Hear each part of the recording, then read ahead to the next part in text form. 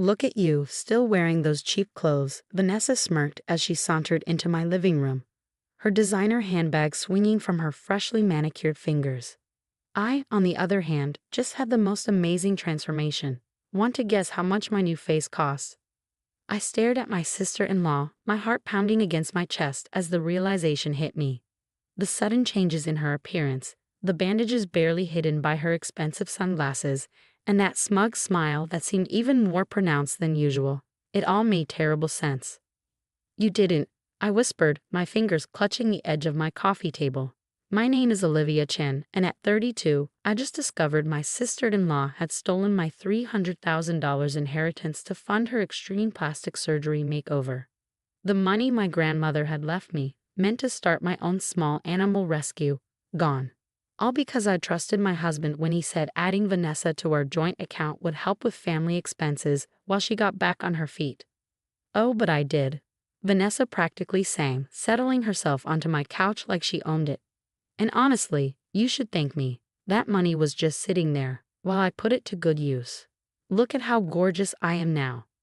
I felt my world spinning, but years of working as a veterinary technician had taught me to keep calm in crisis situations.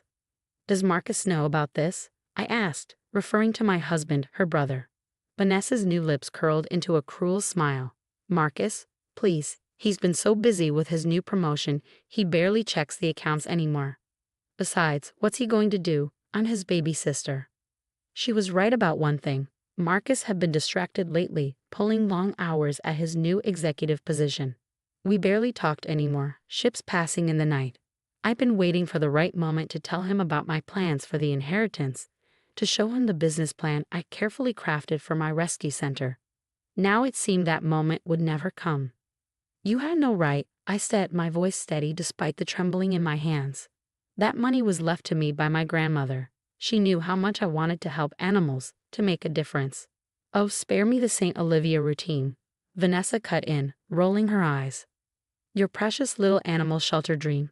Get real, I've done you a favor. Now you can stop pretending you're anything more than Marcus's plain little wife. At least one of us is doing something meaningful with their life." The casual cruelty of her words hit me like physical blows, but I refused to give her the satisfaction of seeing me cry. Instead, I thought about the last conversation I'd had with my grandmother, just days before she passed away.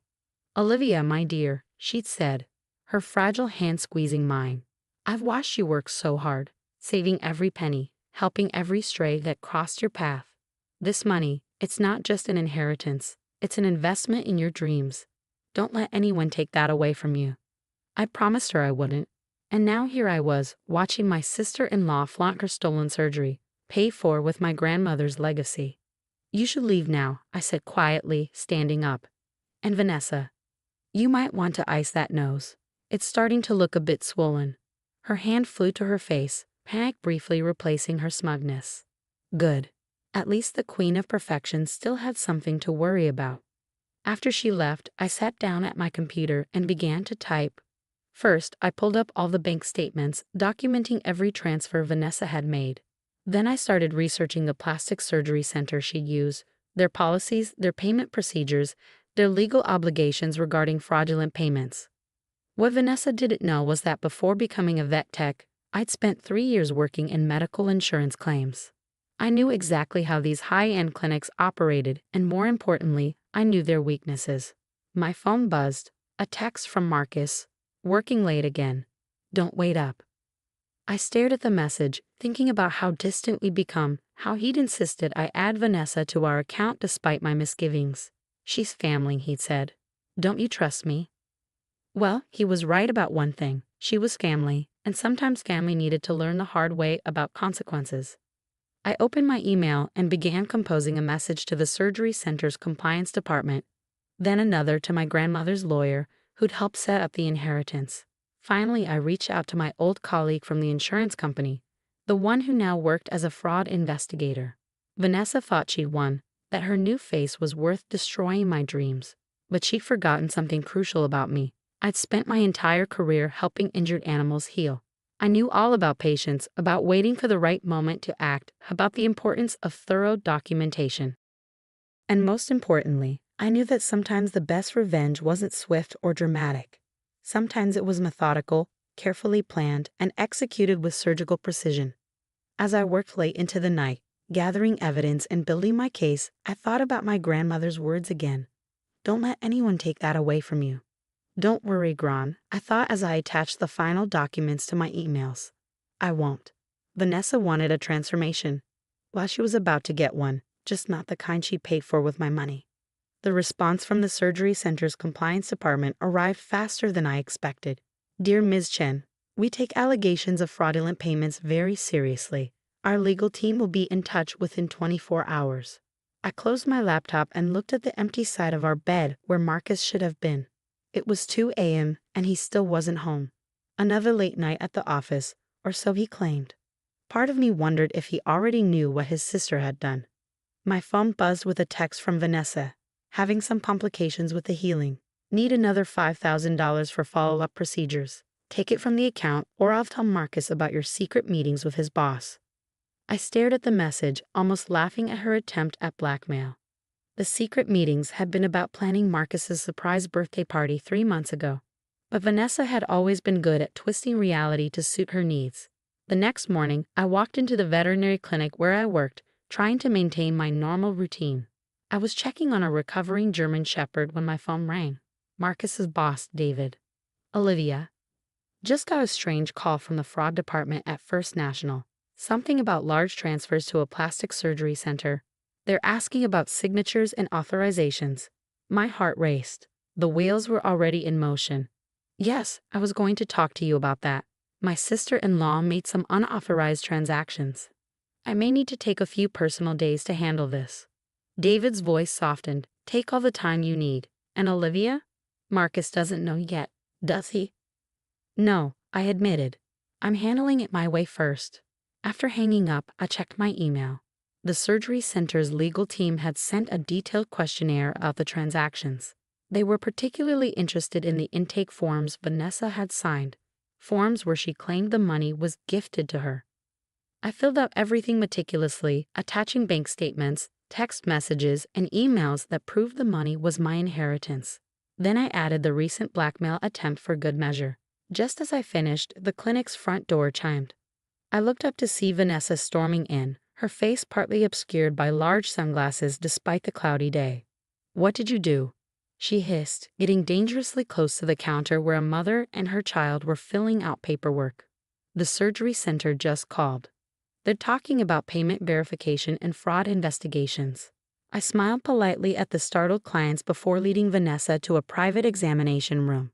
Lower your voice, I said calmly. You wouldn't want to strain your newly reconstructed vocal cords. She ripped off her sunglasses, revealing significant bruising around her eyes. Fix this now, she demanded. Tell them it was a gift. Tell them you authorized everything. I leaned against the examination table, crossing my arms. Like you told Marcus about taking the money? Or did you think I wouldn't notice the forged signatures on the transfer documents? Vanessa's face, what was visible under the swelling, paled slightly. He's my brother. He'll understand once I explain. Explain what? I cut in. How you stole his wife's inheritance? How you forged documents? How you tried to blackmail me this morning? The surgery center has quite a thick file on you now, Vanessa, and it's not just them asking questions. She grabbed my arm, her manicured nails digging into my skin. You don't want to do this, Olivia. I can make your life very difficult. Who do you think Marcus will believe? His loving sister or his boring little wife who's never quite fit into the family? I carefully removed her hand, noting the fresh bruises her grip had left. That's assault, Vanessa. In a medical facility with cameras. Would you like me to add that to the file too? For the first time, I saw real fear flash across her face. What do you want? She whispered. I want my money back, every penny, plus interest. You have 48 hours to figure it out before I let the investigation proceed. Oh, and you might want to ice that eye. The swelling's getting worse. After she stormed out, I documented the assault and added the security footage to my growing file. Then I called my grandmother's lawyer again. The surgery center's preparing to reverse the procedures, he confirmed. They can't risk a fraud investigation. Their reputation would be ruined. But Olivia, you should know. Marcus called me this morning. My heart stopped. What did you tell him? The truth. That his sister stole your inheritance and used it for unauthorized cosmetic procedures. He's not taking it well. I thanked him and hung up, my hands shaking slightly. Then I heard familiar footsteps in the hallway. Marcus. He appeared in the doorway of the examination room, his face ashen. Tell me it's not true, he said quietly. Tell me my sister didn't steal from you. I pulled out my phone and showed him the documentation. The transfers, the forged signatures, this morning's blackmail attempt. With each swipe, his expression grew darker. I trusted her, he said, his voice breaking. I insisted you add her to the account. This is my fault. No, I replied, touching his arm gently. It's Vanessa's fault, and she's going to fix it. Just then, my phone buzzed with another message from Vanessa. You win. I'm taking out a loan to repay everything, but don't think this is over. I showed Marcus the text. She's right about one thing, I said. It's not over. The surgery center is launching a full investigation into her case. Apparently, she's not the first person to try this kind of fraud. Marcus sat heavily in the nearest chair. All those late nights I've been working, I was trying to save up to help you start your animal rescue. I wanted it to be a surprise. And all this time, Vanessa was. I felt tears prick my eyes for the first time since this began. We'll start over, I said firmly. Together. But first, your sister needs to learn that actions have consequences. As if on cue, my phone rang, the surgery center's legal team. They wanted to know if I pressed charges once their investigation was complete. I looked at Marcus, who nodded slowly. Yes, I said into the phone. I think it's time everyone learned exactly what happens when you steal someone else's dreams. 3 months later, I stood in front of the newly renovated building that would soon become Hope's Haven Animal Rescue, named after my grandmother. The inheritance money had been fully restored with interest after the surgery center's investigation concluded. Vanessa hadn't gone quietly. The day after she took up a loan to repay me, she'd shown up at our house. Her partially reversed procedures making her face look oddly distorted. You've ruined everything, she'd screamed, mascara running down her cheeks. The surgery center's filing a report about me. Do you know what this will do to my reputation? About the same thing you tried to do to my dreams, I'd replied calmly, watching as Marcus escorted his sister off our property. The surgery center's investigation had revealed a pattern. Vanessa had attempted similar schemes before, using other people's accounts and forged documents. The only difference was that this time she picked the wrong target. You did the right thing, Marcus said now, standing beside me as we looked at the rescue center's fresh paint and new signage. Vanessa needed to face consequences for once in her life. He'd been true to his word about starting over together. The long nights at the office had turned into evenings spent helping me plan the rescue center. Every wall we'd painted, every renovation we'd overseen, had helped rebuild not just the building, but our trust in each other. My phone buzzed. A text from David, Marcus's boss. Board approved your proposal. The company's annual charity donation will go to Hope's Haven. Congratulations. I showed Marcus the message, feeling tears of joy fill my eyes. The rescue center would have corporate backing, ensuring we could help even more animals than I'd originally planned. Look who finally showed up, Marcus muttered, nodding toward the street. Their parents were walking toward us, looking uncomfortable but determined. They hadn't spoken to us since Vanessa's schemes were exposed, choosing instead to believe her claims of being set up. We owe you an apology, their father said gruffly. We found out about the other incidents, the pattern of behavior we ignored for too long. Vanessa's agreed to get counseling, their mother added quietly. Real counseling, not just cosmetic fixes. I nodded, accepting their words but maintaining my distance. Trust, like the rescue center, would need to be rebuilt slowly, with careful attention to foundation and structure. Later that evening, as Marcus and I sat on our porch swing, I pulled out the last photo taken of my grandmother and me. What do you think she'd say about all this? I asked. Marcus smiled, wrapping an arm around my shoulders. I think she'd say her granddaughter turned out to be exactly who she knew you were, someone who doesn't just rescue animals, but knows how to stand up for what's right. A week later, we held the grand opening of Hope's Haven. As I cut the ribbon, surrounded by supporters and 4 live friends waiting for their forever homes, I caught a glimpse of someone watching from across the street. Vanessa, her face now mostly healed but noticeably different from her original features, stood in the shadows. Our eyes met briefly before she turned and walked away, her designer handbag replaced by a sensible tote, her confident strut now a humble stride. I focused back on the ceremony, on the dreams that were finally becoming reality. Sometimes the best revenge isn't about getting even. It's about getting better, about building something meaningful from the ashes of betrayal. Ready to start saving lives? Marcus asked, holding open the door to our new rescue center. I smiled, thinking of my grandmother's words about not letting anyone take away my dreams. More than ready, I replied. After all, everyone deserves a chance at transformation, even if it's not the kind they originally had in mind. As we walked into Holt's Haven together, I knew this was just the beginning.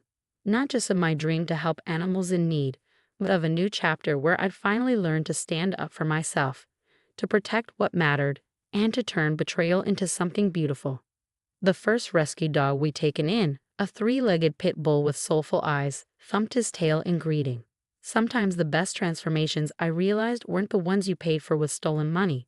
They were the ones you earned through perseverance, integrity, and the courage to stand up for what was right.